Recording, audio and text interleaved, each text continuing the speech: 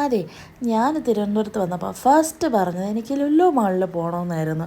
കാരണം ഞാൻ ഇന്നേ വരെ കൊച്ചിയിലാണേലും തിരുവനന്തപുരത്തെ ആണേലും ലുലു മാളിലൊന്നും പോയിട്ടില്ല. ആകെ പോയിട്ടുള്ളത് ബാംഗ്ലൂരിലെ ലുലു മാളിലാണ്.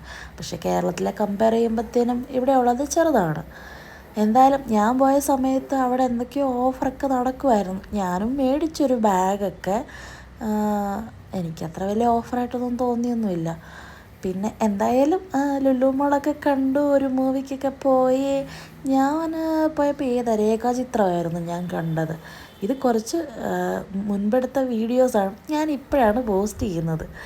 എന്തായാലും അങ്ങനെ ഒരു ലുലു മാളെന്നുള്ള ആഗ്രഹം സാഫല്യമായി.